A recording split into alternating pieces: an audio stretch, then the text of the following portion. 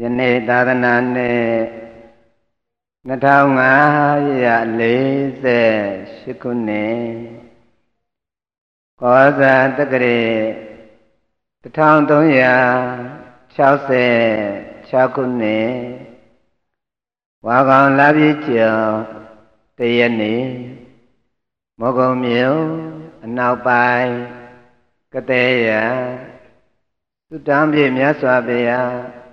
ဓမ္မယုံတော်ကြီးအတွင်၌ဧကတဲ့ရကွယ်ကြီး၏ကျေးဇူးရှင်ကြီးများဖြစ်တော်မူကြသည့်ကတဲ့အနောက်ကျောင်းဆရာတော်ဘုရားကြီးနှင့်ကဘာအေးကျောင်းဆရာတော်ဘုရားကြီးတို့၏ဘုံရိပ်ကံရိပ်မေတ္တာရိပ်ဩဝါဒရိပ်တို့ကိုခံယူပြီးကတဲ့6ကျောင်း၌တရင်သုံးစံပြောမွေလျော်တော်မူကြပေကုန်သောသံဃာတော်အရှင်သူမြတ်တို့၏ဘုံရိပ်ကံရိပ်မေတ္တာရိပ်ဩဝါဒရိပ်တို့ကိုခံယူပြီးကတဲ့မြို့ကတဲ့ရက်ွယ်ယမိယပနာယကလူချင်းမင်းများနှင့်တကဝယမိယပနာယကလူချင်းမင်းအပေါင်းတို့အားဥထိတ်ထားပန်းစင်လျက်သေဇာဓမ္မတပင်ပြည့်မြောက်၍အမှုဆောင်အဖွဲ့များမှဥဆောင်ပြီးဝေယဝိဇ္ဇလူငယ်မောင်မဲအပေါင်းတို့၏လောအားဒါနကိုခံယူလျက်နေ့စဉ်မပြတ်စေရင်ကျင်းပပြုလုပ်အပ်သောသေသမအကျင့်များဝါတွင်ကာလမောဂုတ်ဝိပဿနာသစ္စာဓမ္မတပင်40ညအထူးတရားပွဲကြီး၏တတရမြောက်သောညဧရနေ့တတရမြောက်သောညဘု၌ယဝေယနိအတိတိမတရားနာတရားထိုင်ကြရောက်လာကြပေကုန်သောအမေယပညီကိုမောင်နှမဆွေတော်မျိုးတော်ယောဂီသူတော်စေအပေါင်းတို့အားဘုန်းကြီးများကျေးဇူးစဟောကြားရမည်တရားကတော့ကိုချစ်လျင်ကိုပြုပြင်တရားတော်ဤတရားတော်ကြီးကိုမဟောကြားသိမည်မနာကြားကြသိမည်တရားပိုင်ရှင်ပြတော်မူသောသာဘိညုမြတ်စွာဘုရားရှင်ကိုရောမြတ်ကြီးဂုဏ်တော်ကိုအာယုံပြုပြီးတော့နမောတတသုံးကြိမ်ဖြင့်ညီညာဖျားဖျားကြောလိုက်ကြပါအောင်စို့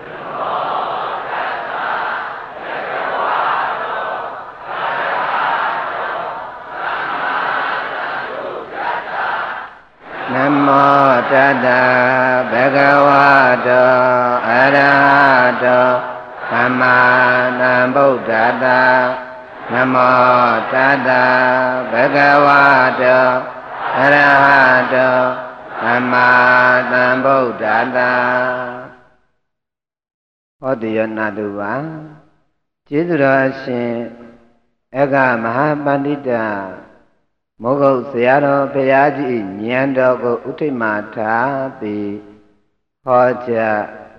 နာကြမှာဖြစ်လေသောကြောင့်ဆရာတော်ဘုရားကြီးရေးတာတည်ကုန်းတော်မူခဲ့သောမူလနှစ်ဖြာလင်္ကာဆောင်ပုဂ္ဂိုလ်ညညာဖြာဖြာရွတ်ပပူဇော်ပြီးတရားပွဲစလိုက်ကြရအောင်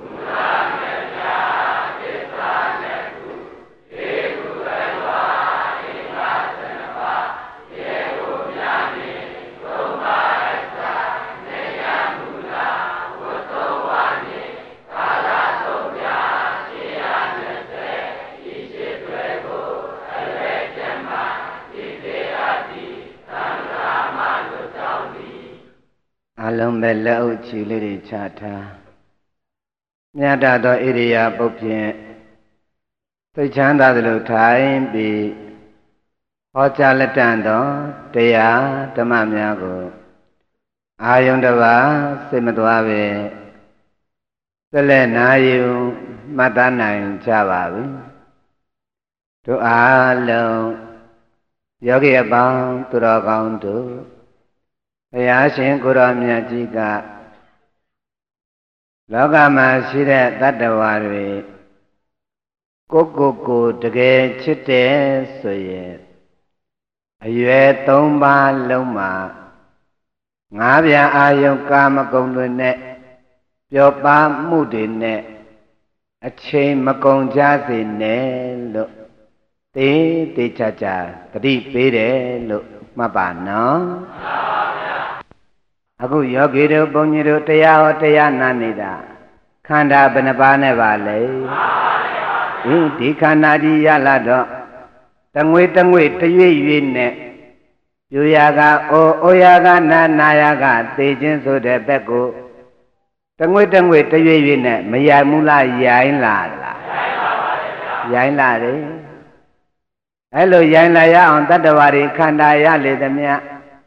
အိုမမစွမ်းပြအောင်နာမမစွမ်းပြအောင်သေခြင်းဆိုနဲ့တရားအောင်လုပ်နေတဲ့လက်တဲ့တရားခံသည်ဘသူပါလိမ့်မတော်လို့မေးရင်ကာလာလို့မှတ်စမ်းပါယောဂီတို့ဘုန်းတို့ခန္ဓာကိုမအိုမနာမအိုအောင်မနာနာအောင်မသေးသေးအောင်နှိမ့်ဆက်နေတာဒီဘသူပါလိမ့်ဒါကြောင့်ယောဂီတို့ဘုန်းကြီးတို့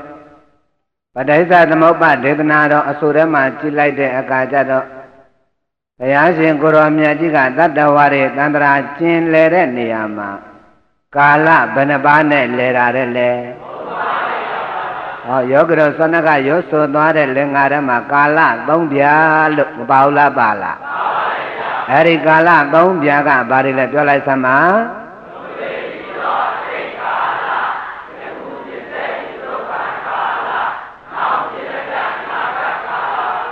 ကာလဘယ်နှပါးပါလဲ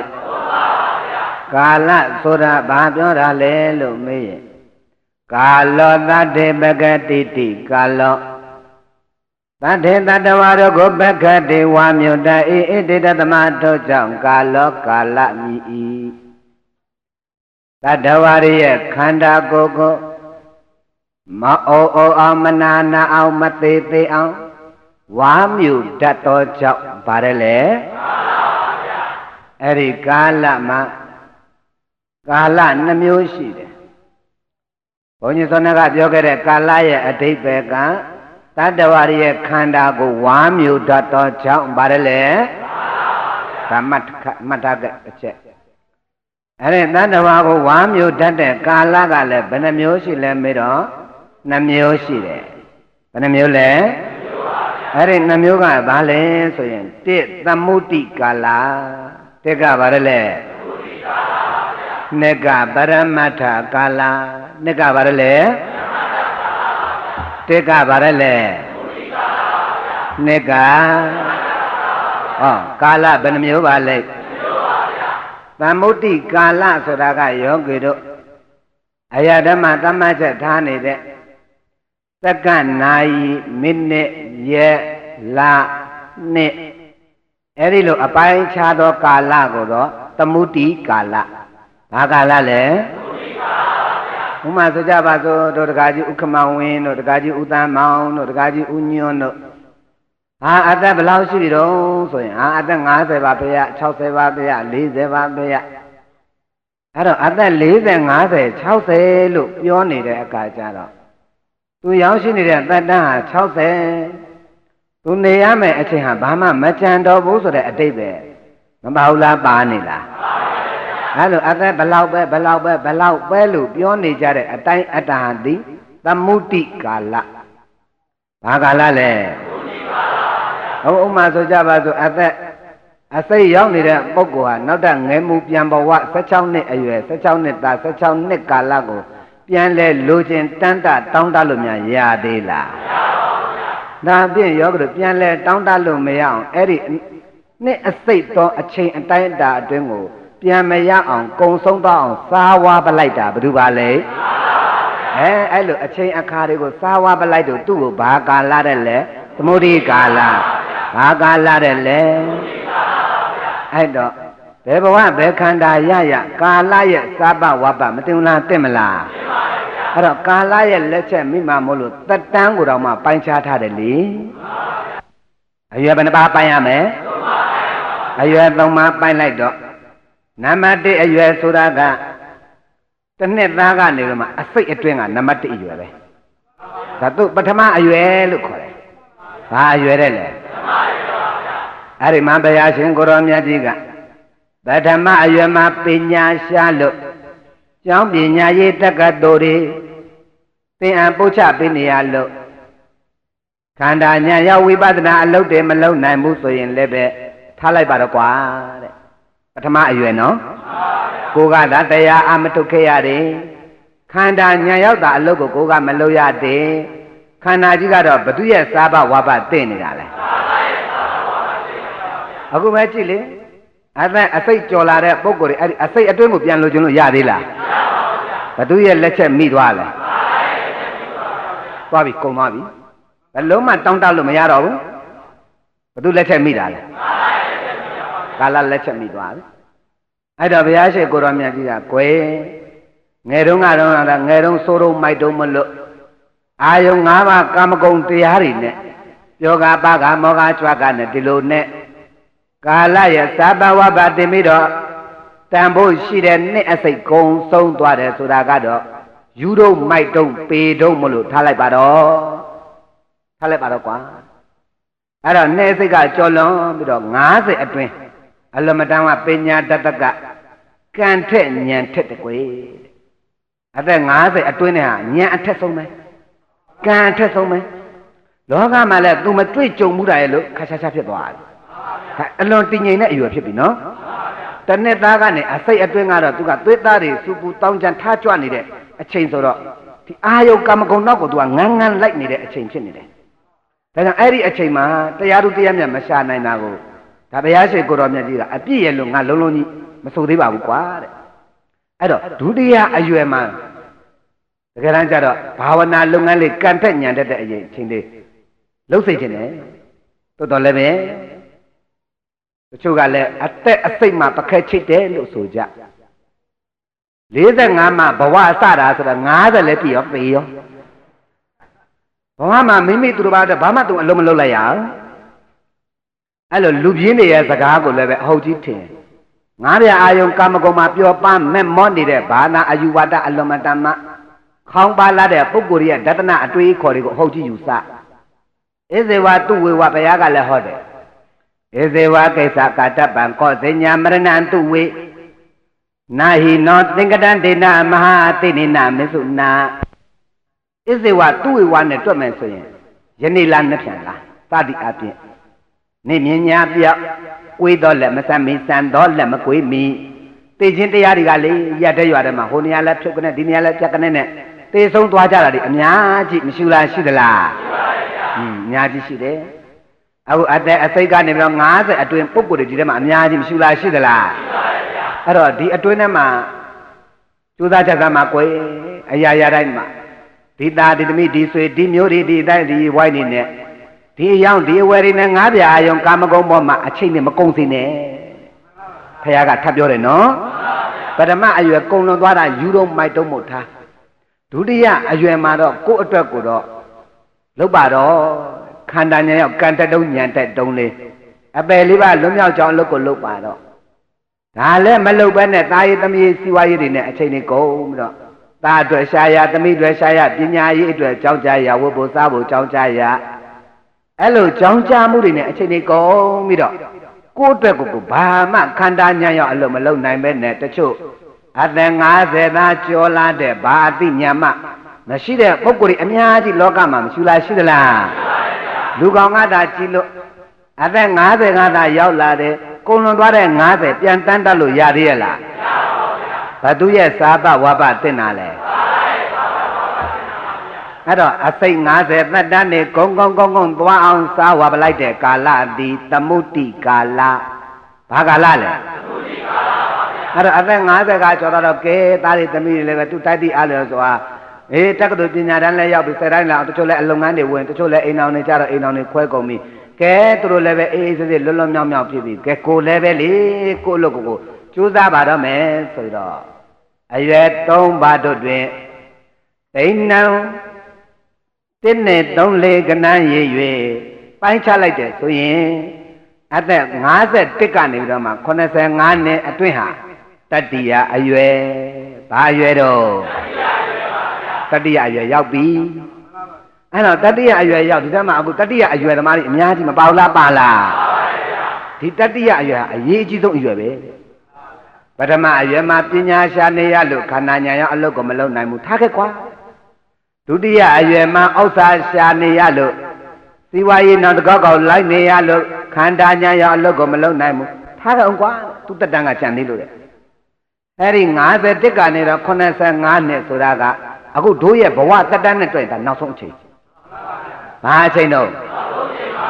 နေဝင်တော့မယ်ခီးတယ်တို့ရဲ့ဆိုသလိုပဲဟမ်တန္တရာခီးတယ်ဒါနေဝင်တော့မယ်နောက်ဆုံးအရွယ်ရောက်နေပြီဗျအဲ့တော့နောက်ဆုံးအရွယ်ကြတဲ့အခါကျတော့ပဲသားသမီးတွေကအိမ်အောင်ကြသွားတဲ့အခါကျတော့မြေကျွံကမ်းပြီးတော့မှအိုးမကွာနိုင်အိမ်မကွာရဲ့နဲ့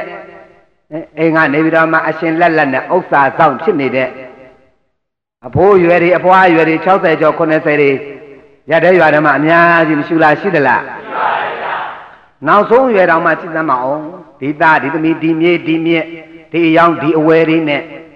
ဒီငါးပြအာယုံကာမဂုဏ်တွေနဲ့နေနေအောင်မယ်ဆိုရင်ဖះကတော့ပြောလိုက်ပြီအဲ့ကြတော့အဲ့ဒါကြတော့မိုက်တာကွာအဲ့ဒါကြတော့ဗါတဲ့လေမိုက်တာပါဗျာဘက်ကိုမိုက်နေတာဟိမိုက်တွင်းနဲ့နေတာကွယ်တကယ်ဆိုအရွယ်3ပါးပိုင်းခြားရတယ်ဆိုရင်ကွာအရွယ်3ပါးလုံးကိုငါးပြအာယုံကာမဂုဏ်နဲ့လှက်ပတ်ပြီးတော့မှမတုံးစားတဲ့မှုအဲ့တော့ဘာမဟုတ်ပဲနဲ့ငါးပြအာယုံကာမဂုဏ်တွေနဲ့အချိန်လေးကိုကတည်းကငါးပြအာယုံနဲ့သားနဲ့ပြောသမီးနဲ့ပြောဆွေနဲ့ပြောမျိုးနဲ့ပြောနေခဲ့ရတယ်နေပဲဆိုပေမဲ့လည်းပဲခန္ဓာကြီးကဒီတိုင်းနေရလားမနေပါဘူးဗျာဘသူရဲ့စားပါဝပါတင်နေတာလဲတရရလားနေ့တိုင်းလားနေပါဘူးဗျာအခုကဲအသက်30လောက်ရောက်နေတဲ့ပုဂ္ဂိုလ်တွေကပထမအရွယ်ကာလရဲ့စားပါဝပါတင်ခဲ့ပြီပြန်တောင်းတလို့ရသေးလားမရပါဘူးဗျာ50ကျော်နေတဲ့ပုဂ္ဂိုလ်တွေဒုတိယအရွယ်ပြန်တန်းတလို့ရသေးရဲ့လားမရပါဘူးဘသူရဲ့လက်ချက်မိနေပြီလဲဟောအခုတို့တခါကြီးဥက္ကမဝင်းလို့ဆိုရင်ဘယ်အရွယ်တည်းရောက်နေတော့တတိယအရွယ်တို့တခါကြီးဥက္ကမဝင်းတို့ဘိုင်တန်းတို့ဆိုလို့ရှိရင်ဒါတတိယအရွယ်တည်းတောင်တော်တော်လေးခြေလန်းကတော်တော်တွက်နေပြီဗျာအဲ့တဲ့ဟုတ်ရဲ့လားတော်တော်ကိုရောက်လာပြီရှစ်တလန်းတို့ရင်ကျွံကြရုံကြံတော့လားဟုတ်ရဲ့လားအဲ့ဒါတော့သစ္စာဓမ္မတပင်ဖြစ်မြောက်ရေးအဖွဲ့ဥက္ကဋ္ဌကြီးနာယကကြီးတွေဘယ်တော့များတရားစခန်းဝင်မလဲလို့ဘယ်တော့များတရားအထုတ်ကြမလဲလို့ဘုန်းကြီးလေးเจ้าကနေမျှော်လိုက်တာ5နှစ်ရှိပြီ5နှစ်ရှိပြီအဲ့တော့ဘုန်းကြီးအော်လုံးလို့လာတော့မသိဘူးဓမ္မရန်တီကအမှုဆောင်လူကြီးတွေကတော့တရားစခန်းမဝင်ရမနေရတော့ဘူးအဲ့ဒါအကုန်အလှည့်ကျနဲ့ကိုဝင်နေရတော့တာပဲတပတ်ကိုအမှုဆောင်2ယောက်3ယောက်မဝင်မနေရအတင်းကိုရိုက်သွင်းတာပဲအော်ဟိုကတော့ရိုက်သွင်းနိုင်တယ်လေဒါကတော့ကိုယ်နဲ့ဝေးတယ်သူကလှည့်ပတ်ပြောလို့ရသေးတာဟုတ်အရှင်မရဲ့တူတော့အရွယ်သားကြီးမပြည့်စည်သေးဘူးပြတွင်းကသွားနိုင်သေးတယ်ဖေ။ဒါကဖြစ်ချင်ပြီဥမာဥက္ကမဝင်းကပြောရတာမဟုတ်ဘူးဗျ။ဖေကလည်းပြောတာဥက္ကမဝင်းတို့အရွယ်ဆိုဘယ်အရွယ်ရောက်ပြီတော့တတိယအရွယ်ဆိုတာကရောက်ကြလို့ရင်တိဏ္ဏမညတရာယမပฏิဇကေယပဏိတောတိဏ္ဏမညတရာယမရုပ်စွာအစုံနောက်ပိတ်တုံခေါ်တုံအရာပစ္စည်းမအရွယ်ကိုဒီအရွယ်တွေကနောက်ဆုံးအရွယ်ဖြစ်ပြီဗျ။ပစ္စည်းမအရွယ်ကိုပฏิဇကေယအပြစ်မနောစင့်လုံချောအောင်စေချောတုတ်တင်ရတတိဒီအရွယ်အရေးကြီးဆုံးပဲတဲ့ဒီအရွယ်ကအထိမခံရွှေပကံဗျကလေးတွေနေမကောင်းဘူးတော့အိပ်ရတဲ့ခွေသွားဟာအိပ်ရေကောင်းကောင်းအိပ်ရလို့များအစားကောင်းကောင်းစားရတယ်အဲ့မပြေဘူးလားပြေသွားလားလူကြီးတွေခွေသွားလွယ်လားမလွယ်ဘူးအထိမခံရွှေပကံတစ်ချက်မလဲလိုက်နဲ့ကလေးလဲလို့6ထောက်ကျိုးပြန်ဆက်အယိုးအတနုတက်ပြန်တဲ့သွားတာလူကြီးများကျိုးသွားလို့ရငွေရိုးထဲဖို့ပြင်ထားငွေရိုးနဲ့ရရင်မရရင်ခိုးရိုးထဲခိုးနဲ့မရရင်စက်ရိုးထဲဟမ်ဒါတွေနဲ့အကုန်ပြောင်းလဲပြီးတော့ထဲနေတာစတိးကြောင်းထဲလို့ထဲကဲလူကြီးတွေများလဲသွားရင်လွယ်သလားဒါကြောင့်မြတ်စွာဘုရားကနောက်ဆုံးအရွယ်ကိုလဲတဲ့ဒေသတွေဒီနေ့တွေနဲ့အချိန်မကုန်စေနဲ့ဟုတ်ရဲ့လားဒါအချိန်မကုန်စေနဲ့ဆိုတာကဘာဖြစ်လို့များဘုရားကဒီလောက်တိတို့ကိုပြောရပါလိမ့်မလို့ဆိုတို့ရဲ့ဝင်းထဲမှာတို့ကိုမပြတ်တမ်းတတ်ဝတ်စားမျိုးနေမဲ့ကာလာကြီးကလည်းမရှိလားရှိနေလားအဲ့ဒီကာလနှမျိုးထဲမှာအခုတက်တန်းနေကုံလွန်သွားအောင်လို့စားဝါပလိုက်တာဘာကာလလဲသမုဒိကာလစားပဝါပတခါတည်းမိပြီးတော့မှအချိန်နေကုံလွန်ပြီးတော့မှအပျော်အပလိုက်စားရင်ဘယ်လောက်ထိနစ်နာနိုင်တယ်လဲဆိုလို့ရှိရင် ဘုရားအလောင်းတော်နုစဉ်ကာလဘုရားအလောင်းတော်နော်တို့ဘုရားအလောင်းတော်နုစဉ်ကာလကအရိန္ဒမပြည်မှာအရိန္ဒမရှင်ဘုရင်ကြီးရဲ့သာကြီးဘောရတာစသည်အပြင်သာလယရဏဖြစ်ခဲ့အဲ့တော့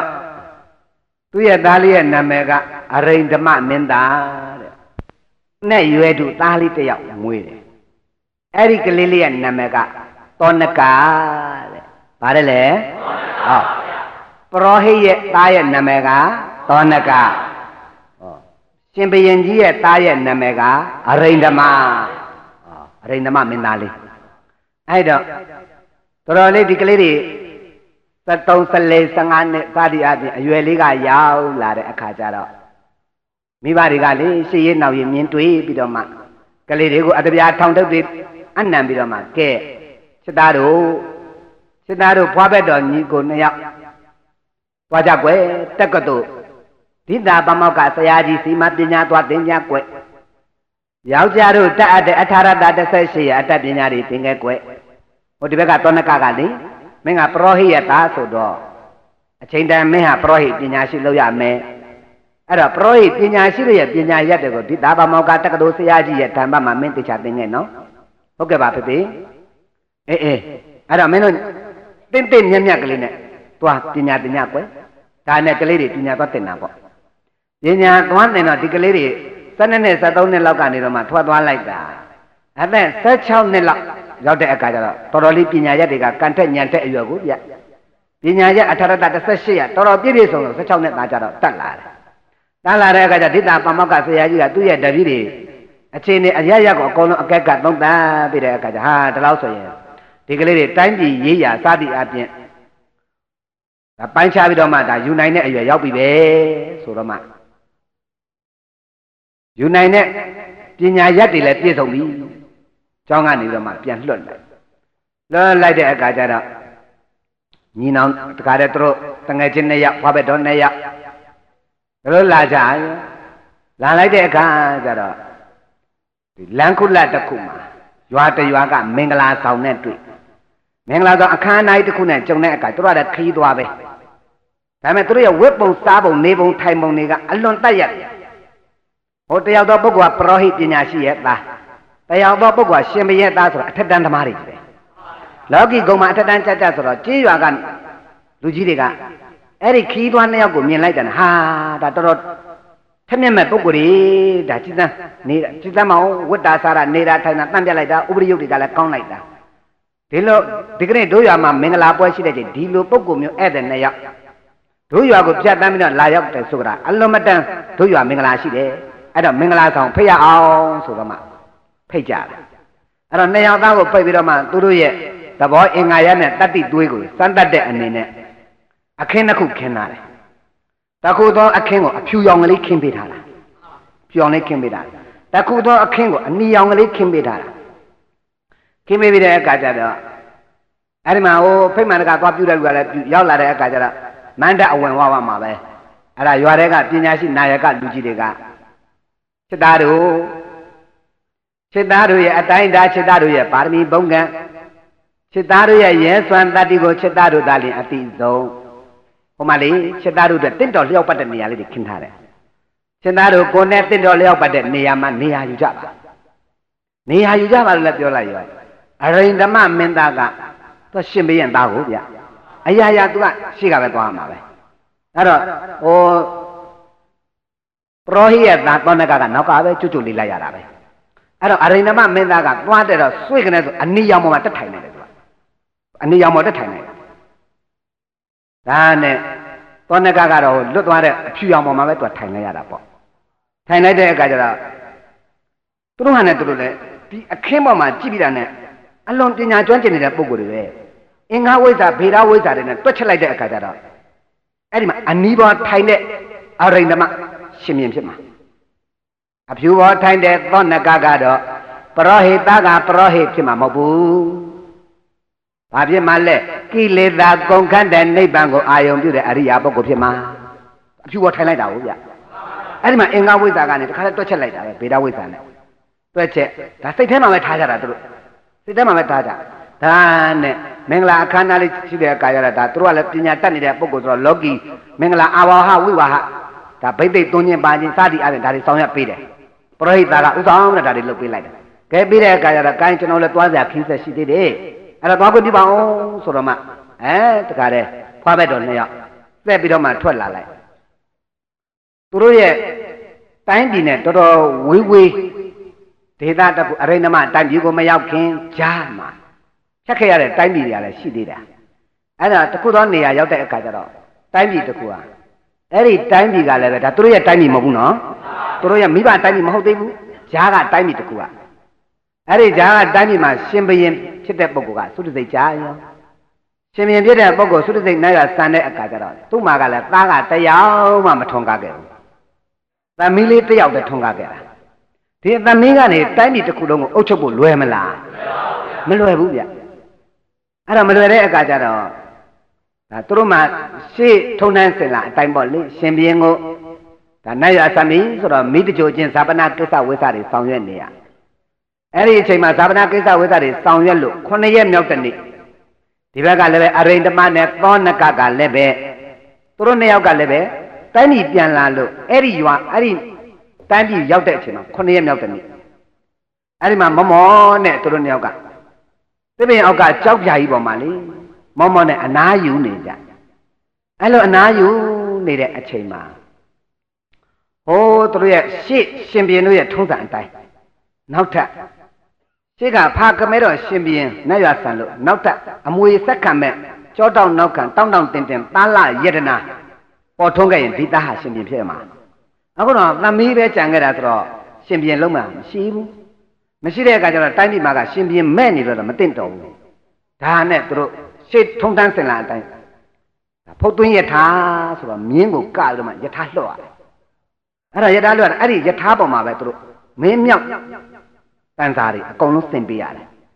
အဲ့ဒါတန်လျက်တွေအဲ့ဒါမောင်ချက်တွေစတဲ့မင်းမြောက်တန်စာတွေပေါ့လေစလွယ်တွေအကုန်လုံးမင်းရဲ့အင်္ဂါရက်ပစ္စည်းတစ်ချက်အကုန်လုံးသင်ပြီးတော့ဒီလွတ်လိုက်ရတာဒီယထာကြီးကိုလူမပါဘူးကျင်းသွားတာယထာအလူမောင်းတာမဟုတ်သွားတာသွားတော့အိုးကနေတော့မှခောက်ဝေးကနေတော့မှအဲ့ဒီယထာကြီးဖြီးဖြူကြီးလည်းပဲအိုးလို့ဖြီးဖြူဆိုတာကဖွင့်မထားဘူးငုံထားတာဖြီးဖြူ2လက်ကိုငုံထားပြီးတော့မှရွေ့နဲ့လာနေတာကိုသောနကကလည်းလှမ်းနေအရိန္ဒမကလည်းလှမ်းနေလူမပါတဲ့လက်တဘာဝအလျောက်ရွေ့နဲ့ဒီဘက်ကိုလာနေဧကနာဒီယထာတိဖုတ်သွင်းယထာပဲဖြစ်ရလိမ့်မယ်အဲ့ဒီမှာတခါတည်းဘာလို့လဲဆိုသောနကပရောဟိတ်ပညာရှိရဲ့သားကဟိုကလာတာဧကံမုတ်ချဒါဖြည်းဖြည်းနဲ့လက်ငုံငါထွက်ဘယင်းရဲ့အင်္ဂါရနဲ့ပြည့်စုံတဲ့အဆောင်အယောင်တွေနဲ့ဒါလာတာဆိုတော့လူလည်းမပါဘူးဒါဖုတ်သွင်းယထာဧကံဖြစ်နေမယ်အကယ်၍များအဲ့ဒီယထာကအဲ့ဒီကြောက်ပြတဲ့မှာလာများထိုးဆိုင်လိုက်လို့ကတော့ဒီကောင်ရှင်ပြန်ဖြစ်မှာသူရှင်ပြန်ဖြစ်ရင်ငါပရောဟိတ်ဖြစ်လိမ့်မယ်မဖြစ်ချေဘူးရှောင်နေမှသောနကချက်ချင်းရှောင်လိုက်တာသူကရှောင်ပြီးတော့မှကိုရတနေရာမှာသွားနေသူထင်တဲ့အတိုင်းပဲအယထာရကြောက်ဖြာပဲတက်ဆိုင်လာတာစိုက်လိုက်အဲ့နားလေးရောက်တုတ်ကနေရသွားတဲ့အခါကျဟာအရိန္ဒမမင်းကမေးတာပေါ့ဘယ်လိုအချင်းရအာကာရတော့ရှင်ဘရင်နဲ့ရဆန်သွားတာ9ရက်ရှိပါပြီ16နှစ်သမီးအရွယ်လေးတယောက်သားလေးကြံခဲ့တယ်တိုင်းပြည်ဆက်လက်အုပ်ချုပ်မဲ့ပုဂ္ဂိုလ်မရှိလို့ဒါရှင်ဘရင်ရွေးချယ်တာပါရှင်ဘရင်ကိုရွေးချယ်တာပါအဲ့တော့ဖုတ်သွင်းယထာဒီအတင်းရဲ့အရှိမသာလဲဆက်ရောက်နေတဲ့အတင်းဒီရှင်ဘရင်ပြည့်နိုင်တဲ့ဘုံကံလက္ခဏာနဲ့ပြည့်စုံတဲ့အတွက်ကျွန်ုပ်တို့ရဲ့တိုင်းပြည်ကိုရှင်ဘရင်ဖြစ်အုပ်ချုပ်မွမ်းမံပေးပါကွက်ကဲပေးပါအဲ့လိုဆိုတဲ့အခါကျတော့ဂိုင်းဒါဖြစ်ရင်လည်းပဲရှင်ဘရင်မရှိရင်လည်းရှင်ဘရင်လောက်ရတာပဆိုတော့မှတခါတော့စွေးကနေဆိုတော့မှအဲ့ဒီမှာဖုန်းသိရတာပေါ့ကောက်တက်တာပဲတလဲတဲ့ဟာဟိုတခါတဲ့မင်းမြောက်တန်သားတွေတခါတဲ့အကုန်လုံးစိန်ရင်ပြီးတဲ့အခါကျတော့အဲ့ဒီမှာခရုတင်းနေပါတယ်မဟုတ်တခါတဲ့ဗိတ်သိက်သွင်းပြီးတော့မှတခါတဲ့ထီးဖြူတွေဖွင့်တော့တခါတဲ့နန်းနန်းအကုန်ခေါ်သွားလိုက်သူတို့တော်ဝေးရောက်ပြီးသွားပြီဆိုတဲ့အခါကျတော့မှသောနကကွယ်ရာကနေတော့ထွက်လာသွားပြီငါတငယ်ချင်းတော့ကြောက်ကြသည် ရှင်ပြန်ဖြစ်တာကိုပါတဲ့အရိယာမျက်လုံးနဲ့ကြည့်တာနော်ခင်ဗျားတို့ပုထုဇဉ်မျက်လုံးနဲ့ပွားတာပဲလို့ဥမာခင်ဗျားတို့စိုင်ကောလို့ခြုံပေါ်ရောက်တယ်လို့ရှင်လို့မှာပွားတာပဲလို့ရှင်လို့ရောက်ကြတာမှတကယ်ကြောက်ကြတာဗျတိုင်းသူပြည်သားတွေမလမပမဝမှလည်းပဲသူ့ပုံမှာတာဝန်မရှိဘူးလားတိုင်းပြည်မှာတပုံတကန်းနေထကြွတောင်းကြမယ်ရန်ကုန်နှိမ့်နေရမှလည်းသူ့တာဝန်မဟုတ်ဘူးလားတိုင်းပြည်အေးချမ်းသာရအောင်ဆောင်ရွက်ရမှာတိုးတက်အောင်ကြိုးစားရမှာလည်းသူ့တာဝန်မဟုတ်ဘူးလားအရာရတဲ့အကုန်လုံးသူ့ကောင်းမအကုန်ကြလာတာမကောင်းလဲဒင်းကောင်းလဲဒင်းကိုဖိကြတော့မှာပဲဟုတ်တယ်မလားအဲ့ဒါဒင်းကိုကြည့်တဲ့အခါအမျိုးမျိုးတိုင်းပြည်ဒင်းပေါ်မှာပဲအကုန်ပုံချလိုက်ပြီဒီကြတဲ့ကကိုကမွေးဖွားလာတဲ့သားသမီးတွေကတမျိုးတိုင်းပြည်မှာကလည်းပဲအုပ်ချုပ်ရတဲ့လူမျိုးမျိုးအထွေထွေဟုတ်လားအမျိုးမျိုးဒီကြတဲ့ကဘေးကတိုင်းပြည်ကြီးတွေကစစ်မဲ့ရမန်နေပေါ်လာလို့ရှိရင်လည်းကာကွယ်ရအောင်မယ်ပစ္စံတရေအယတ်တွေကသဘုံတကနေထားကြွတောင်းကြအောင်မယ်ဆိုရင်လည်းပဲဒါကိုနေရအောင်မယ်အပြည့်အနာအစာရှိလို့မိလာပြန်တော့လည်းပဲဥပဒေပေါင်းတရောက်လာပြီဆိုတော့အခါကျတော့လည်းပဲတတ်မိတ်နေချရအောင်မယ်တိုင်းရေးပြည်ရတွေအကုန်လုံးအုပ်ချုပ်မမှန်ရတော့စဉ်းစားကြည့်တယ်ဒါကုသိုလ်တွေများပါသေးရလားကိလေသာတွေရဲ့ထားကြတောင်းကြံပြီးတော့ငါးပြအာယုံကာမဂုဏ်တော်တဲ့မှာငါတငယ်ချင်းရောက်သွားပြီဟိုကြတော့ရှင်ကြီးရဲ့စိစိတ်နဲ့ဆိုတော့အစင်အတုံတော်ခံကြမယ်ဒီတဲ့ငါတငယ်ချင်းငါအဲ့ဒီမှာမျောတော့မယ်ငါးပြအာယုံကာမဂုဏ်တော်တဲ့မှာဘာလို့တော့မှလဲမျောတော့မှာပြီးတော့တိုင်းရေးပြည်ရတွေကြားတွေတဲ့မှာငါတငယ်ချင်းမြုပ်တော့မယ်ကြည့်စမ်းမျောလဲမျောတော့မယ်မြုပ်လဲမျောလဲမြုပ်လဲသွားပြီငါတငယ်ချင်းတော့မြုပ်တယ်မျောတယ်လမ်းကိုလိုက်ရပြီဖြစ်ချေဘူးငါတော့အရွယ်ကလည်းတပြေးပြေးနဲ့ရှိလာပြီအဲ့တော့လေကိုလွတ်အောင်မဲ့ယုံနာကောင်းတယ်အဲ့လိုဟိုးအဝေးရောက်သွားတဲ့တငယ်ချင်းရဲ့ဖုတ်သွင်းရတာကိုကြည့်တော့မှဓမ္မတံဝေကတွေဖြစ်နေတဲ့သောနကအဲ့လိုသူဓမ္မတံဝေကတွေဖြစ်နေတဲ့အချိန်မှာသူမတ်တက်ရက်နေတဲ့ကြောက်ပြနောက်ကအပင်ကြီးကနေတော့တိရွက်ကလေးကကျွေးပြီးတော့သူ့ခေါင်းပေါ်ကျလာထကနေဆိုကျွေးပြီးတော့ကျလာတဲ့အခါကျတော့အပင်ကိုမော့ကြည့်လိုက်ဩဗဟိတအဝိညာဏကဖြစ်တဲ့ရုပ်တရားတွေကတော့ဖောက်ပြန်ပြီးတော့နုရာကရေရာကစိတ်ရာကဝါရာကရောရာကကျွေးကြည့်စမ်းဗဟိတရုပ်တရားကြီးတွေလည်းဖောက်ပြန်ပျက်စီးနေတာပါလားဗဟိတရုပ်တရားတွေပေါက်ပြန်ပျက်စီးမှုတွေကြည့်စမ်းပါဦးຫນွေရမိုးရစောင်းရနဲ့ယာတိတွေအမျိုးမျိုးပြောင်းပြီးတော့ကာလရစဘာဝပါသိနေတာပါလားအချိန်တွေကုန်လွန်သွားလိုက်တာကြည်စမ်းမြန်ဆန်လိုက်တာကြည်ကနေပြီးတော့ဗဟိတကိုအာယုံပြီးတော့ဖတ်ကနေဆိုအစ္ဆတကိုနှလုံးသွင်းတာအစ္ဆတဆိုတာခန္ဓာတွင်းကိုညံလှည့်တာပြောတာဘယ်ဆရာမှမပါဘူးနော်ဘေးကနေတော့သူ့ကိုခန္ဓာညံလှည့်ပါလို့တွန်းပေးမဲ့လူများပါရဲ့လားမပါဘူးအဲ့တော့အပြင်ကနေတရွက်ကလေးကျွေသွားတယ်ဆိုတာကမြဲလို့လားမမြဲလို့လားအဲ့ဒီမမြဲတာကြီးကြည့်တော့ဒုက္ခနာကိုသူညံလှည့်လိုက်တဲ့အခါကျတော့ခန္ဓာကတခြားလားဖြစ်ပြက်လား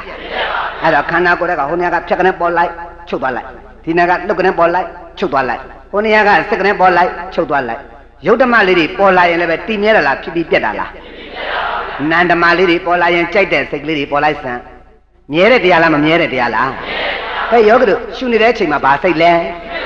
ရှိုက်နေတဲ့အချိန်မှာဘာစိတ်လဲဒါပေမဲ့ရှုနေတဲ့အချိန်မှာရှုစိတ်ကလေးမပေါ်ဘူးလားရှုလို့လည်းပြီးသွားရောရှိသေးလားရှိုက်နေတဲ့အချိန်မှာဘာစိတ်လဲရှိုက်လို့ပြီးသွားတော့ရှိသေးလားဒါဖြင့်ရှုစိတ်မှလည်းပဲဖြစ်ပြီးရင်ရှိုက်စိတ်ဟာလည်းပဲဖြစ်ပြီးရင်ရှုစိတ်ကလေးဘယ်ချိန်ဖြစ်တုံးရှုစိတ်ကလေးဘယ်ချိန်ပြတ်တုံးရှုပြီးသွားတဲ့အချိန်ပြည့်ရှုစိတ်ကလေးဘယ်ချိန်ပြတ်ရှုစိတ်ကလေးဘယ်ချိန်ဖြစ်ဒါဖြင့်ရှုနေတဲ့အချိန်ရှုစိတ်ကလေးမပေါ်ဘူးလားအဲ့ဒါလေးရှုစိတ်ကလေးပါလားလို့သိရင်အဖြစ်ကိုသိတာဘာကိုသိတာလဲအဖြစ်ကိုသိတာအဲ့တော့ရှုလို့လဲပြီးသွားရောအဲ့ဒီရှုစိတ်ကလေးရှိသေးလားဟောမရှိတော့ပါလားလို့သိရင်ဘာကိုသိတာလဲအဲ့ဒါမှယောဂတို့ရေတရားလေးနာနဲ့ခန္ဓာကိုယ်ဉာဏ်လဲရင်ကတရားလေးနာနေရင်ကနေပြီးတော့မှခန္ဓာကလှုပ်ကနေဆိုတခြားလားလှုပ်တဲ့စိတ်လားလှုပ်ကနေဆိုလှုပ်တဲ့စိတ်လှုပ်ပြီးတာနဲ့ရှိသေးလားဒါဖြင့်ယာတာကယာစိတ်ယာပြီးတာနဲ့ရှိသေးလားဒါဖြင့်ဘယ်စိတ်ဘယ်ရုပ်ဘယ်ဝေဒနာပဲပေါ်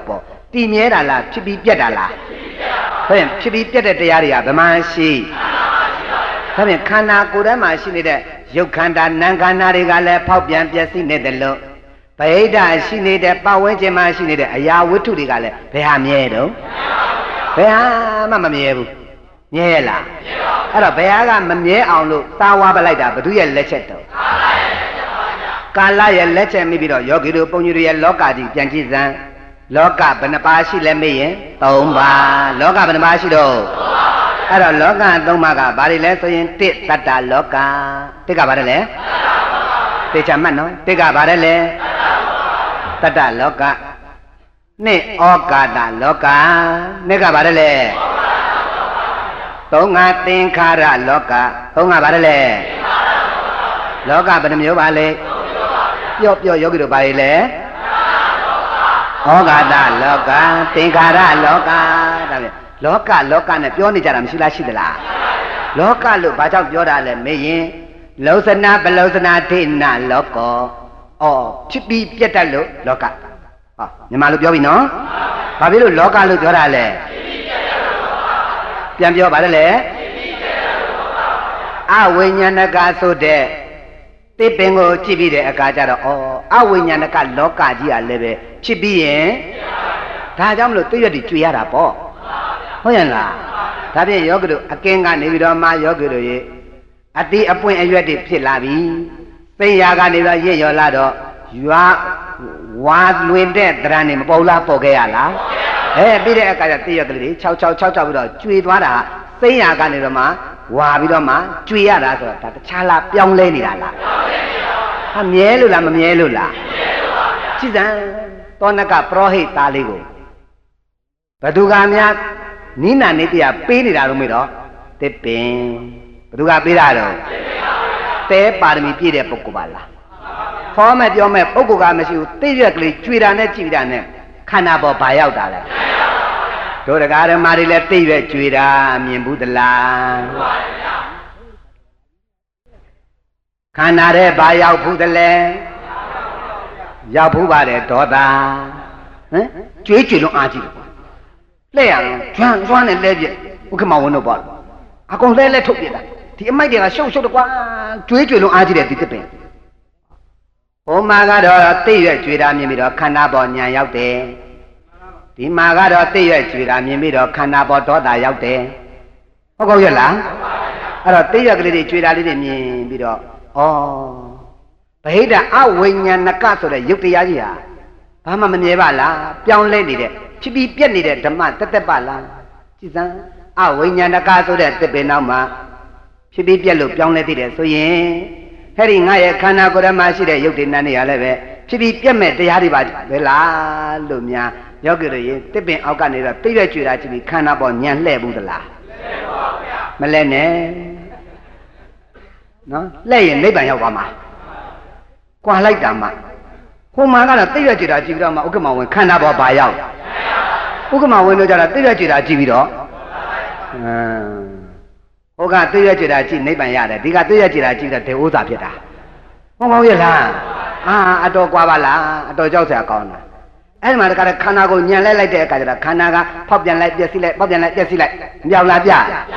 အဲ့တော့ခန္ဓာကိုယ်ထဲမှာယောဂီတို့ကြီးအခုဘုန်းကြီးတို့တရားဟောနေတယ်နော်တရားနာနေတယ်အခုယောဂီတို့တရားနာနေကြတခြားလားခန္ဓာနဲ့လားနားတယ်ထုံတယ်ကျင်တယ်ကြိုက်တယ်ခဲတယ်ဖောက်ပြန်တယ်ပျက်စီးတဲ့သဘောတွေခန္ဓာထဲမှာမရှိဘူးလားဒါပေမဲ့တရားလေးနိုင်နေရှင်ကနေပေါ်တာတခြားလားဖောက်ပြန်တာလားဟောအဲ့ဒါလေးမရှိတာကပျက်စီးတာပေါ့အဲ့ဒါလေးမရှိတာကရှင်ကနေပူလာတာကအဲ့သဘောလေးမရှိတာကလုတ်ကနေပေါ်လာတာကအဲ့သဘောလေးမရှိတာကရားလာတာကအဲ့သဘောလေးမရှိတာကဒါနဲ့ခန္ဓာကိုယ်ထဲမှာဘာနဲ့ဘာပဲရှိတာလဲအဲ့တော့ယောဂီတို့ကလည်းတခြားဉာဏ်လေးနဲ့ကြည့်လိုက်လို့ဖောက်ပြန်တာနဲ့ပျက်စီးတာကိုမြင်နေရင်အဲ့ဒါယထာဘုဒ္ဓဉာဏ်လာပြီနံပါတ်1ဘာဉာဏ်နဲ့လဲယထာဘုဒ္ဓဉာဏ်ဆိုတာကမြန်မာလိုပြောရရင်ဟုတ်တိုင်းမှန်စွာသိတဲ့ဉာဏ်ပြောပါတယ်လေဟုတ်တိုင်းမှန်စွာသိတဲ့ဉာဏ်ခန္ဓာကိုယ်ထဲမှာဖောက်ပြန်တာလည်းမရှိဘူးလားပျက်စီးတာလည်းအဲ့ဒီခန္ဓာကိုယ်ကဖောက်ပြန်လိုက်ပျက်စီးလိုက်ဖောက်ပြန်လိုက်ပျက်စီးလိုက်ဖြစ်လိုက်ပြက်လိုက်ရုပ်စွာအဆုံးယောဂီတို့ရဲ့ရှူနေတဲ့အချိန်ရှူစိတ်ကလေးရှူလို့ပြီးတော့ရှိသေးလားရှိုက်နေတဲ့အချိန်မှာရှိုက်လို့ပြီးတော့ရှိသေးလားကြားတဲ့အချိန်မှာကြားလို့ပြီးတော့ရှိသေးလားဟာဒါဖြင့်ခန္ဓာကိုယ်ထဲမှာပေါ်သမျှ ရုပ်ပေါ်ပေါ်ဝေဒနာပေါ်ပေါ်စိတ်ပေါ်ပေါ်ဘယ်ဓမ္မလေးပေါ်လာမြဲတဲ့တရားရဲ့လို့ရှိရလားရှိပါဘူးဗျာဟာဒါလေးဟောဖောက်ပြန်လိုက်ပြည့်စည်လိုက်ပါလားဖက်ကနေပေါ်လာတာကဖောက်ပြန်တာအဲ့ဒါလေးမရှိတာကအဲ့ဒါယောဂီကမြင်လိုက်တော့ဩရတာလေးပေါ်လာဩဒါဖောက်ပြန်တာပဲခဏမရှိတာလေးတော့ဩပြည့်စည်သွားပြီရှိန်ကနေပေါ်လာရင်ဖောက်ပြန်တာမရှိတော့ရင်ဒါလေးကိုကိုကဩဒါဖောက်ပြန်တာနဲ့ပြည့်စည်တာမှတပါဘာမှမရှိပါလားလို့ခန္ဓာကလည်းပြတယ်ကိုယ်ကလည်းဆုံးဖြတ်တယ်ဆိုရင်အဲ့ဒီအမြင်ဟာမှားတော့အမြင်လားမှန်တော့အမြင်လားမှန်တော့အမြင်ပါဗျာအရှိအတိုင်းအမှန်တိုင်းမြင်တာမို့ခန္ဓာပေါ်ဘာရောက်နေအဲ့တော့ဟုတ်တိုင်းမှန်စွာသိတဲ့ဉာဏ်မို့ပါဠိလိုပြောတော့ယထာဘူတဉာဏ်ဘာဉာဏ်လဲမြန်မာလိုပြောရင်ဟုတ်တိုင်းမှန်စွာသိတဲ့ဉာဏ်ကဲတောနကလေးမှာကြည်စမ်းအသက်16နှစ်သားလေးနဲ့လေကြည့်လိုက်ပါလားသူ့ရဲ့ဝင်းထဲမှာကဲဘာဉာဏ်ရနေပြီလဲမြန်မာလိုပြောဟုတ်တိုင်းမှန်စွာသိတဲ့ဉာဏ်ဆိုတာဘု து ပေါ်ဟုတ်တိုင်းမှန်စွာသိတာလဲခန္ဓာကလည်းသူ့အလုတ်ကဘာလုပ်နေရလဲဖောက်ပြန်တာနဲ့ပြောပါလေရုပ်တော့သုံးနေကြစကားနဲ့ဆိုရင်တော့ဖြစ်တာနဲ့ဖြစ်တာကဖောက်ပြန်တာပြက်တာကတော့ပျက်စီးတာဒါပဲပေါ့အဲ့တော့ဒါလေးအတိုင်းသူမြင်နေတဲ့အခါကျတော့ကင်သူ့အပြင်ကဆရာရှိလားမရှိဘူးဗျမရှိဘူးသူ့နမူနာပြလိုက်တာဘယ်သူကပြရလဲဒါကြောင့်မလို့လောကကြီးကဒုဆရာလောကကြီးကဘာလဲလောကကြီးမှာကြည့်လိုက်စမ်းပါယောဂီတို့ပဝန်းကျင်မှာကြည့်လိုက်စမ်းပဝန်းကျင်ကိုယ့်ထက်သားတဲ့ပုဂ္ဂိုလ်တွေကိုယ့်ထက်နှိမ့်ကြတဲ့ပုဂ္ဂိုလ်တွေကိုယ့်နဲ့ဓာတ်တူပုဂ္ဂိုလ်တွေဘယ်ပုဂ္ဂိုလ်တွေမြဲတယ်လဲဂုံတွေယာရုတွေပကာသနာတွေပါဝါတွေဟိတ်ရနဲ့နင်ပါလဲငါပါလဲနဲ့မာမာနတွေထောင်လွှားနေကြတဲ့ပုဂ္ဂိုလ်တွေနောက်ဆုံးထောင်လွန်းတော့လဲမော်လွန်းတော့မွဲသွားတာပဲဟုတ်ကဲ့လားထောင်လွန်းတော့မော်လွန်းတော့တဏမာနဒိဋ္ဌိတွေနဲ့နင်ပါလဲငါပါလဲငါယာရုရှိတယ်ငါဂုံရှိတယ်ငါတိုက်နဲ့ငါတာနဲ့ငါရွှေနဲ့ငါငွေနဲ့သေတဲ့အခါကျတော့အဲ့ဒီယာရုဂုံသိနဲ့ရွှေငွေတွေဘာတတ်နိုင်လဲလောကကြီးကဒုဆရာတို့ကိုတရားပြနေတာတို့ကိုဘာလုပ်ပေးနေလဲတရားဝေးဝေးရှာစရာမဟုတ်ပါဘူးယောဂီတို့ရေပတ်ဝန်းကျင်ဟာယောဂီတို့ရဲ့ဆရာကြီးပဲပတ်ဝန်းကျင်ဟာယောဂီတို့ကဘာတွေတော့ဝါရှော့တကူကဝါရှော့ဆရာကြီးရေးထားတယ်လို့ပေါ့အဲ့တော့ဝါရှော့တကူမှာဆရာကြီးကရေးထားတာတခါလဲစလုံးကြီးနဲ့ရေးထားတာဝါရှော့ဆိုတာကဘာတွေလာတာလဲဟုတ်တယ်ကားတွေလာတာဘလို့ကားတစ်ကားချွတ်ကားကောင်းတွေလာလားအဆုပ်တွေလာလားတခုခုပြတဲ့ဟာတွေကြည့်လာလားကားချွတ်ရင်းလေးဆိုဘယ်ထိုးရလဲအဲ့တော့ဝါရှော့ဆရာကြီးကကားပြက်လို့ကားတယ်ပဲလာတိုးပြီဆိုတော့ကားပြက်ပြီဆိုတဲ့ကူကဒရိုင်ဘာကတော့မောင်းလာတာပါပြီသားအလွန်ကျွမ်းပါတယ်ဆိုတဲ့ပုဂ္ဂိုလ်ကအလွန်ပျက်စီးတယ်လို့သာပြင်ထားလိုက်တော့ရေကျွမ်းရင်ရေချောင်းသေးကားကျွမ်းရင်ကားချောင်းသေးဘုန်းကြီးတို့ကြတော့လေကျွမ်းတော့လေချောင်းသေးမှာဟုတ်တယ်လေတင်လုံးဖြတ်ပြီးကိုသေးမှာ85တောင်နေရမှာမဟုတ်ဒီဘုန်းကြီးဟဲ့ဗျာတနေ့3 4 5ပွဲကြီးဟောနေတာတော့ဖြစ်နိုင်တယ်လေကျွမ်းရင်လေချောင်းသေးမှာပဲဒီတခါလေရေးထားတာဝါရှော့ဆရာကြီးကဘာရေးထားတယ်မှတ်တော့လာသမျှဒရိုင်ဘာတွေအကုန်ငေါ့ကြည့်ခိုင်းတယ်ဟောမှာမင်းတို့စလုံးကြီးတွေ့လားတဲ့ကားကိုမကြည့်ဘူးကားရင်မကြည့်သေးဘူးစလုံးဝင်ပါလားဖတ်ဆန်းကောင်းတယ်ဖတ်လိုက်တာပါမင်းဆရာတွေပေးကုန်ပြီရေးထားတဲ့စလုံးကဘာတဲ့ဘာတဲ့လဲမင်းဆရာကြီးမလုံးနဲ့ဒါပြောသွားတာလေမင်းထက်ဆရာကြီးတွေဘာဖြစ်ကုန်ပြီတော့မင်းကနောက်ကနေတော့ဆရာကြီးထပ်လို့ချင်းမင်းလည်းမြန်သိချင်းဆရာကြီးလုပ်တယ်မြန်သိချင်းဘာလဲလဲဆရာကြီးလုပ်ပါတယ်အဲ့တော့မင်းကားကနတ်ကြီးတယ်မင်းရဲ့ကားကနတ်ကြီးနေတာကိုတဲ့ကြီးတဲ့နတ်ကိုကြီးတဲ့နတ်တာတင်ထားလိုက်တဲ့ဘာနေကျိုးနဲ့မတုံနဲ့ကျင်းနှန်းချိုးနဲ့မတုံနဲ့နတ်ဆွဲရမယ့်နေရာကိုနတ်ဆွဲပလိုက်တဲ့မူလီဆွဲရမယ့်နေရာကိုမူလီဆွဲလိုက်တဲ့မင်းတို့ကအရေးဆုံးကားပြက်ပြီးကားတဲ့ကားပြတော့ဘယ်သွားပြဟိုအနိစ္စဝါဒဒေါင်းကစပြီးချိတ်ပေးတဲ့အိုးနကနာသွားပြတယ်တဲ့ပြက်ပြီဆိုတော့ငါးစီလားထိုးတာတဲ့သွားပြပါလားအဲ့နေရာတဲ့အခုမင်းတို့ငါးစီရောက်လာတော့ကနတ်မတင်လို့ဒီလောက်ကလေးဓာလေးဖြစ်တာများကွယ်ဟော့စပီတာလေးနဲ့ချလိုက်ပြီးပြီပေါ့မင်းတို့နတ်မတင်နင်မတက်လို့ငါးစီရောက်လာတာဟုတ်တယ်မလားနတ်မတင်နင်မတက်လို့နင်ဖြစ်ချင်တယ်ဖြစ်နေတာစုပ်ရမယ့်နေရာမူလီစော့မနဲ့စုပ်လိုက်ပါလားတဲ့ဝဲဥဆွဲရမယ်နဲ့ဆွဲလိုက်ပါလားတဲ့ဂယုဆိုင်ရမယ်နဲ့နတ်ကြတော့ဂယုမဆိုင်ဘူးတဲ့ဂယုမဆိုင်ရတဲ့အနိစ္စအပြာစအဝါစားတွေတောင်းနေအဖြူစားတွေကြတော့နင်ကဂယုဆိုင်နေတယ်တဲ့နင်တို့ကပြက်တာတော့နေသေးတယ်တဲ့ နောက်ကအဲ့မိသားဝါသားတဲ့ငါဝါရှော့လာမထိုးနဲ့ကဲသူပြောတာမမှန်ဘူးလားမှန်သလားမှန်တယ်နင့်ဆရာတွေပါတယ်လေအခုလဲပတ်ဝန်းကျင်လောကကြီးကဒိုးဆရာလောကကြီးကမောက်မာခဲ့တယ်မြကြွားဝါခဲ့တယ်မြရွှေတွဲငွေတွဲလေးနဲ့ตาမပြစ်နိုင်သမီးမပြစ်နိုင်ဖြစ်လေတယ်မြပုဂ္ဂိုလ်ကြီးကိုရှိတယ်ဘာဖြစ်ကုန်ပြီလို့သိကုန်ပြီဘသူလက်ချက်မိကြတာလဲကာလလက်ချက်မိတာအဲ့ဒီအသေးတွေလက်ကိုယ့်ရဲ့ကံမျက်လုံးနဲ့မမြင်ဘူးလားကဲဟာကျွန်မခန္ဓာမှာကလေးဘယ်နှယောက်မွေးတယ်ကိုယ့်မျက်လုံးနဲ့လည်းမမြင်ဘူးလားမြင်ရတာပဲမွေးခြင်းနဲ့မြင်ရတယ်နောက်ဆုံးသေခြင်းကိုလည်းအဲ့တော့စဉ်းစားကြည့်တယ်လူရဲ့နတ်ရဲ့မြမရဲ့ဆိုတာကအထေကျန်နေတဲ့ကောင်းကားချစ်လက်နဲ့အထေကျန်နေတဲ့လောကဒီတတ္တလောကဘာလောကလဲဒါဖြင့်လူရဲ့နတ်ရဲ့မြမရဲ့ဆိုတာဘာလောကလဲတတ္တလောကကိုအနှစ်ချုပ်ကြည့်လိုက်လို့ရှိရင်မွေးသေးတတ္တလောကကိုအနှစ်ချုပ်ကြည့်ရင်ဘာသေးလဲအရက်တည်းမှာမွေးပြီးသေသွားတာလေမရှိလားရှိသလားဘသူရဲ့လက်ချက်မိတာလဲဟာဒါဖြင့်အလောင်းကောင်ဆွဲပြီးတော့မှတင်ညာကိုပို့လိုက်ရပြီဘာလောကတော့ထပ်ထပ်မေးတယ်ဘာလောကလဲမျက်စိပြူနားတိုင်းခါကိုက်လို့သွားကြွေးပယေနေရီတွေတွန့်နေရတယ်ဆိုတာလဲဘာလောကလဲတတ္တလောကဟုတ်ရဲ့လားဥဝဲနဲ့မွေးလာရပြီတဲ့ဘာလောကလဲနာမကြပြစ်လို့တညင်းကြီးနဲ့ညီနေရပြီတဲ့ဘာလောကလဲအဲ့ဒါတတ္တလောကကိုအနှစ်ချုပ်ကြည့်လိုက်လို့ရှိရင်မွေးလာရှာစနာဖျားအိုသေးဟုတ်ရဲ့လားမွေးလာရှာစနာပြအိုသေးဘသူရဲ့လက်ချက်မိနေတာလဲ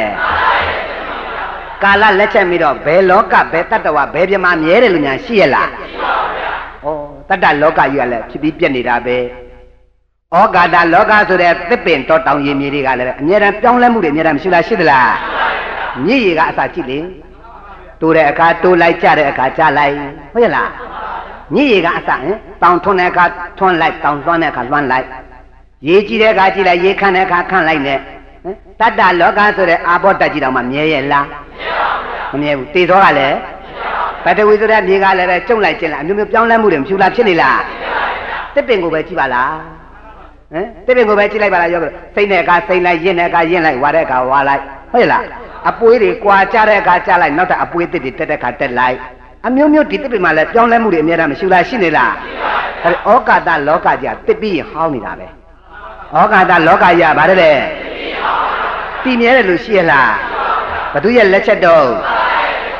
ဒါဖြင့်ပတ်ဝန်းကျင်မှာရှိတဲ့တတ္တလောကကြီးကလည်းတို့ကိုဘာပြနေတာလဲတရားပြနေတာဘာပြနေတာလဲတို့ယူတတ်ဖို့ပဲလူတယ်နော်ဒါကြောင့်လောကကြီးကတို့เสียပြောပါတယ်လေအခုကြည့်စမ်းဩကာတလောကဆိုတဲ့သစ်ပင်ရေမြေတောတောင်တဘာဝဥဒုရသည်ကိုတော့အဲ့ဒါတတ္တဩကာတလောကတဲ့ဩကာတလောကဘာလောကလဲလဲဟိုသောနကမင်းသားလေးကြည့်စမ်းဩကာတလောကဆိုတဲ့သစ်ပင်ရဲ့သိရကြွေတာလေးကိုကြည့်ပြီးတော့မှခန္ဓာပေါ်ဘာရောက်သွားတာလဲမလေးသောနကလို့သုံးတစလေးများနည်းနည်းများရလဲလို့လေသစ်ပင်သောနကပရောဟိရဲ့သားလေးကကြည့်စမ်းဩကာတလောကဆိုတဲ့သိရွက်ကလေးရဲ့မမြဲပုံကျွေးပုံပြောင်းလဲပုံဖောက်ပြန်ပုံလေးကြည့်ပြီးတော့မှခန္ဓာပေါ်ဘာရောက်သွားတာလဲယောဂီတို့လည်းကြိုးစားမယ်ဆိုရင်မရဘူးလားရနိုင်လားအဲ့ပတ်ဝန်းကျင်ကတို့ကိုနေ့တိုင်းဘာပြပေးနေလဲတရားပြပေးနေတာမင်းတို့မမောက်မာနဲ့နော်မင်းတို့မထောင်လွှားနဲ့နော်မင်းတို့ငါဗျာအာယုကာမဂုဏ်နေနဲ့အချိန်မကုန်နဲ့နော်မင်းတို့အသုံးပြုနေတဲ့ငါရဲ့ဟဲ့ဒီအသုံးအဆောင်ပစ္စည်းဖြစ်တဲ့အင်ကြီးပစုပကံခွဲရောက်မင်းတို့ကြည့်အောင်ကွာမင်းတို့ဝယ်လာတော့ငါအတက်ကလေးအခုဟောင်းနှွမ်းသွားပြီကွာမမြဲပါဘူးလို့ဘယ်လောကကပြောနေတာလဲအဲယောဂီတို့အိမ်မှာအသုံးဆောင်ပစ္စည်းမှန်သမျှဘာလောကလဲသူကလည်းပဲတစ်ပြီးဟောင်းနှွမ်းသွားတာဘသူရဲ့လက်ချက်တော့ကာလရဲ့လက်ချက်အဲ့တော့ဟိုသောနကမင်းသားလေးကလေဩကာတလောကရဲ့ဖြစ်ပြီးပြကာလရဲ့လက်ချက်ကိုအမှန်မြင်ပြီးတော့မှခန္ဓာပေါ်ဘာရောက်အောင်လုပ်တာလဲဒါပေယောဂီတို့ဘုရားအခုတရားနာနေတာခန္ဓာဘယ်နှပါလဲသောနကမှလည်းခန္ဓာဘယ်နှပါလဲဟိုသောနကကတော့ယောဂီတို့ဘုန်းကြီးတို့အခုယောဂီတို့နာနေရတယ်လို့ကြက်ကြက်နက်နက်အခုလို့တေချာဟောပေးမဲ့ဆရာသူ့ဘေးနားမှာရှိရလားသူ့ကိုနီးပေးလမ်းပြလောက်လိုက်တာဘယ်သူတော့တစ်ပင်ပဲရှိတယ်လေအဲ့ဒီမှာယောဂီတို့ကြတော့အလွန်ကံကောင်းနေတယ်ကြည့်ပါလားအဲ့ဒီမှာတကယောဂီတို့ဘုန်းကြီးတို့ရနေတဲ့ခန္ဓာအလိုလိုရလားအကြောင်းတရားကြောင့်လားအကြောင်းတော့ကအဝိဇ္ဇာသင်္ခါရဆိုတဲ့အကြောင်းတရားလောက်ကလို့အခုအကျိုးခန္ဓာမရဘူးလား လိုရလားသူပြင်ထားလို့လားသူပြင်ထားလို့ရတဲ့အတွက်ကြောင့်တခြားလားသင်္ခါရတရားလားဒါပြင်သင်္ခါရတရားမှန်တယ်များခန္ဓာကိုယ်ရဲ့ဗေဒမာလေးပဲပေါ်လာဘာတရားဟုတ်တယ်ရဲဖြစ်ရုပ်ကလေးပေါ်လာရင်လည်းသင်္ခါရနာမ်ကလေးပေါ်လာရင်လည်းတရားလေးထိုင်နေရင်တရားလေးနာနေရင်နဲ့ပူရာအေရာလှုပ်တာငိမ့်တာတောက်တာတင်းတာဖောက်ပြန်တာဗေဒမာလေးပေါ်လာဘာတရားတော့အဲ့ဒါဖောက်ပြန်တဲ့တရားကလည်းတည်မြဲတာလားပြက်သွားတာလားပြက်သွားတာမြဲလို့လားမမြဲလို့လားဟဲ့မမြဲတာကအနေစမမြဲတာကပေါ်လာတာကပျက်စီးတာကပေါ်လာတာကပျက်စီးတာကဒါဖြင့်ခန္ဓာကိုယ်ထဲမှာသင်္ခါရတစ်ချက်ဒါဖြင့်ပေါ်လာတာကသင်္ခါရဖြစ်ပြီးပြက်လို့လောကဖြစ်ပြီးပြက်လို့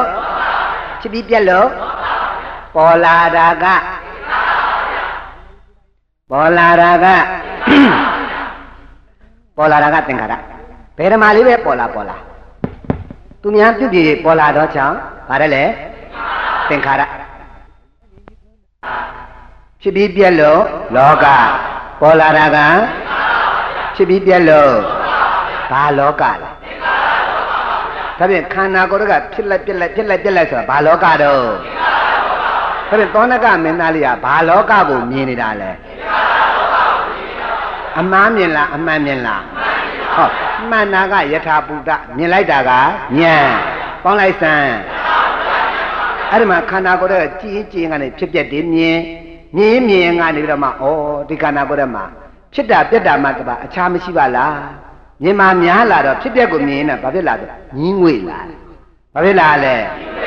ညင်းငွေတဲ့ကခြားလားမုန်းတာလားဟောမုန်းတဲ့ဉာဏ်ကိုစာလို့တော့နိဗ္ဗိန္ဒဉာဏ်ဘာဉာဏ်လဲဟောနံပါတ်1ရလိုက်တာကယထာဘုဒ္ဓဉာဏ်နံပါတ်2ရလိုက်တာကနိဗ္ဗိန္ဒဉာဏ်နံပါတ်3ရလိုက်တာကအဲ့ဒါညင်းငွေရင်ကနေတော့ဩဟာဒီဖြစ်လိုက်ဘာမှမဟုတ်ဒုက္ခသစ္စာတတ္တပလားလို့သုံးတဲ့ချလိုက်တာကမဲ့ညာသုံးတဲ့ချလိုက်တာကအဲ့တော့မဲ့ညာနဲ့လဲသုံးတဲ့လဲချလိုက်ရောဖြတ်စုံညာအောက်မှာအဲ့ဒီသင်္ခါရလောကကြီးသုံးသွားတယ်ဘာလောကသုံးတာလဲဒါဖြင့်သင်္ခါရလောကကြီးသုံးသွားတယ်ဆိုသင်္ခါရလောကတို့ရဲ့သုံးတာဒီလောကတော့ဥတ္တရတိတိလောကုတ္တရာကြမ်းမနော်လောကတော့ဥတ္တရတိတိလောကုတ္တရာလောကတော်ဖြစ်ပြီးပြက်နေတဲ့ဟဲ့ဒီသင်္ခါရလောကကြီးမှာဥတ္တရတိလွန်မြောက်၏ဟောသင်္ခါရလောကကလွတ်သွားတယ်လို့ပြောတာဖြစ်ပြက်ကလေးညာအောက်မှာဆုံးသွားတယ်လို့ပြောတာအဲ့တော့ဖြစ်ပြက်လောကညာအောက်မှာဆုံးသွားတော့ညာအောက်မှာဖြစ်ပြက်လေးလွတ်မြောက်သွားတာကိုလွတ်မြောက်တာကဥတ္တရလွတ်မြောက်တာကဘာလဲလဲဖြစ်ပြက်ကလောကလွတ်မြောက်တာကဖြစ်ပြက်ကလွတ်မြောက်တာကအဲ့တော့လောကနဲ့ဥတ္တရနဲ့ပေါင်းလိုက်တော့လောကုတ္တရာတဲ့လောကဥတ္တရကပုတ်ဖြတ်ထားတာပုတ်ဆက်လိုက်ရင်လောကုတ္တရာပုတ်ဆက်လိုက်ရင်ဗါတယ်လေအဲ့ဒီမှာတကားတော့လောကုတ္တရာညာဖက်ကနေလဲမဲ့ညာလဲစိုက်သွားရောပထမတစ်ချိန်စိုက်တော့သောတာပန်ပထမတစ်ချိန်စိုက်တော့ဗာတီးတာလေဘေးမှာဆရာရှိသလားဖောက်ပြန်ပျက်စီးတာမြင်တော့ကတော့ဘာညာယထာဘုဒ္ဓညာအဲ့ဒါဖောက်ပြန်ပျက်စီးတာကိုမြင်မှများလာတော့ညင်းငွေလာတာကဟောညင်းငွေတာမုန်းလာတာနိဗ္ဗိန္ဒဉာဏ်ဘာဉာဏ်လဲ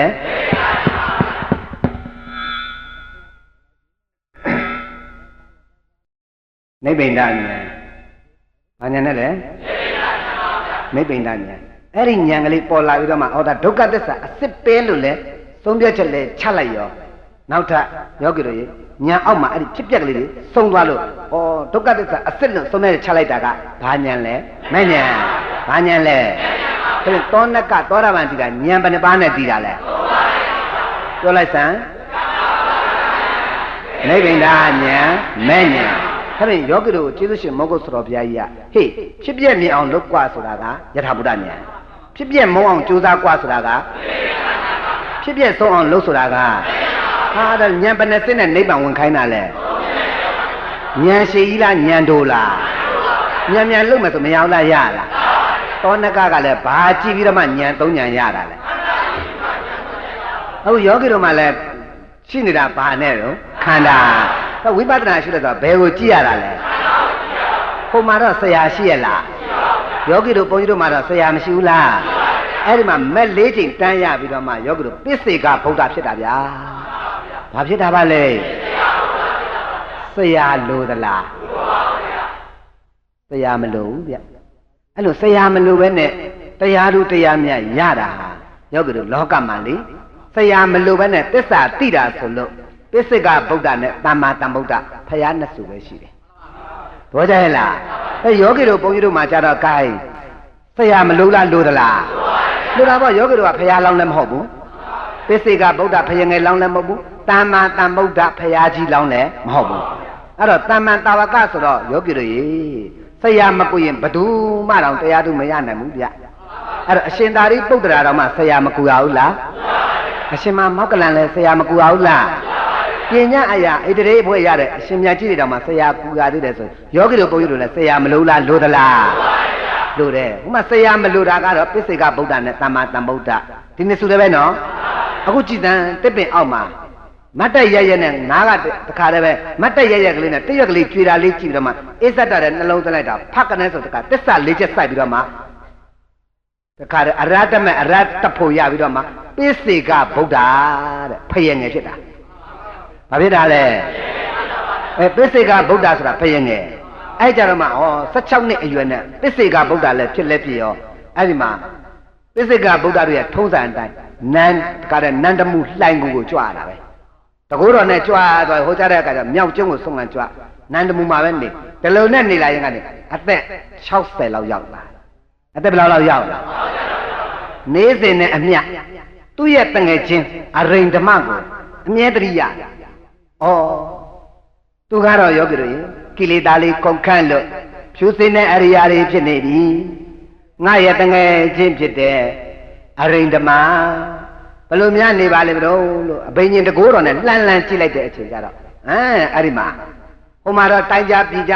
တာကြသမီးကြမြေကြမြစ်ကြတဲ့မှာလေဒီတိုင်းရိပ်ပြည်ရာတွေနဲ့ရုံမထွက်နိုင်တဲ့အရိန်ဓမ္မကြောက်ကြနေတာ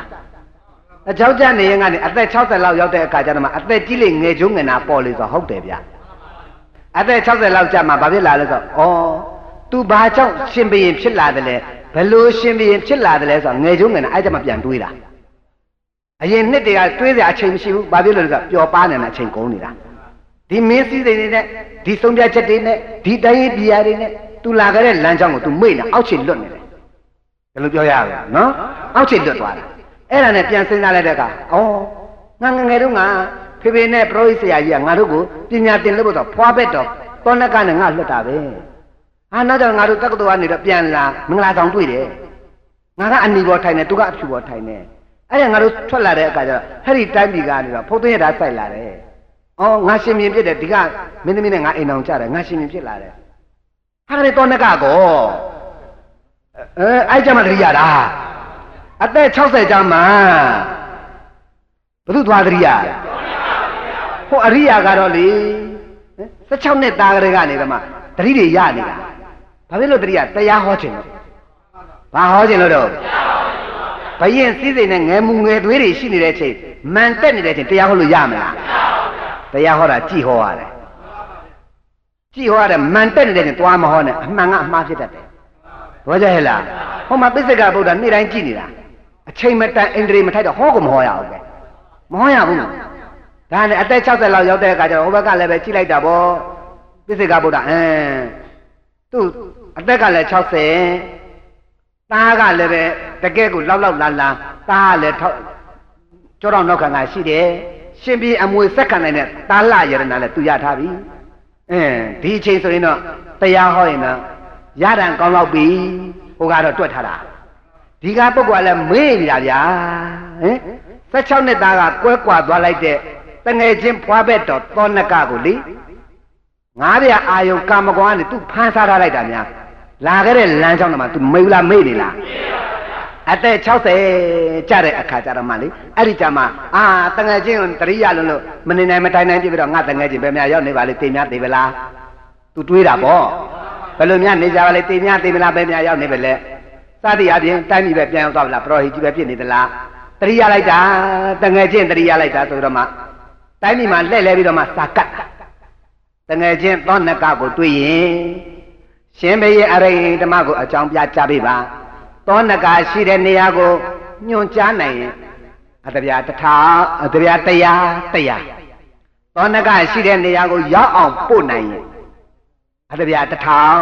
တဲ့ပြောပြရင်တရားရောက်အောင်ပို့ပေးနိုင်ရင်တစ်ထောင်တဲ့ငဲတငဲချင်းနဲ့တွေ့ကျင်လို့ကြည်စမ်းဒါကြောင့်မလို့အသက်ကြီးရင်ငယ်ပေါင်းညှော်တယ်ဆိုဟုတ်လောက်တယ်ဗျာဟုတ်တယ်မယုံဥက္ကမဝင်းတို့ဆိုကြည်လေအဲ့ဒါဒီသူ့အရွယ်တူတွေတွေ့ပြီဆိုတော့ကတွေ့ကြပြီဆိုလို့ရှိရင်အဲ့ဒါအခုလက်ရှိပစ္စုပန်တဲ့တဲ့အချိန်နဲ့မင်းတရားထိုင်နေလားခန္ဓာညာလားအလုံးလုံးပြည့်ရလားဒါတွေမမေးဘူးဟဲ့မင်းနဲ့ငါနဲ့ငယ်တုန်းကလေငယ်ကအကြောင်းစတာဟုတ်တယ်မလားဥက္ကမဝင်းငယ်ကအကြောင်းကစတာဗျအသက်ကြီးလေငယ်ချိုးငယ်နာကပေါ်နေတယ်အခုလည်းဟိုမှာကျန်တရိယာဒါနဲ့ဒီဘက်ကလည်းအော်သူလည်းငါ့ကိုမျောလင့်နေတဲ့အချိန်ကြွမယ်ဆိုတော့တကိုးတော်နဲ့ကြွပြီးတဲ့အခါကျတရက်ဥယျာဉ်နဲ့ကိုဆင်းလာတရက်ဥယျာဉ်နဲ့ကိုဆင်းလာတဲ့အချိန်မှာပဲကလေးတွေကစာပတ်နေတာသားတို့ဘာလို့နာလဲကွယ်ဒီမှာကြော်ညာဖတ်နေတာဘာကြော်ညာတော့ရှင်မရင်ကြီးကသူ့ရဲ့တငယ်ချင်းသောနကကိုရှာခိုင်းတာအော်အေးဘာလဲလဲကွယ်စပတ်သမအောင်အဲ့ဒါတဲ့ဟိုသောနကရှိတဲ့နေရာကိုညွှန်ပြနိုင်ရင်အတပြားတရားပေးမယ်တဲ့ရောက်အောင်ပို့နိုင်တစ်ထောင်နဲ့ဒါဖြင့်မင်းရှင်ပြည်စီသွားရဲလားဘာလို့မသွားရမှာလဲသူ့တငယ်ချင်းသောနကသာတွေ့လို့ကတော့ဘယ်မှာရှိတယ်ဘယ်မှာဆိုလက်ဆွဲတောင်ပြလိုက်ချင်သေးအမေတကယ်တတ်သိရှိလားရှိပါတယ်ဒါတော့ပြောသောနကဘယ်မှာရှိတယ်ဘယ်နေရာမှာရှိတယ်ပေါ့ဒါနဲ့ဟုတ်ကောင်းကဒါဖြင့်သွားပြောရမယ်မင်းကနေအချိန်မရှိတော့တဲ့လက်ပြန်မှာသွားပြောတဲ့ကနေပါတယ်လေလက်ပြန်မှာအဲ့ဒါနဲ့ပြန်သွားပြောတဲ့အခါကျတော့အဲ့ဒါလိုက်လာပြီးတော့မှသူတို့တငယ်ချင်းမြောက်ဘာတွေဖြစ်ကြအောင်မဲဆိုတာတော့သိကျင်တော့မနဲ့ပြန်မှဆက်နာကဲခဏနိုင်စီတော့ကြအောင်ဆိုဗျာ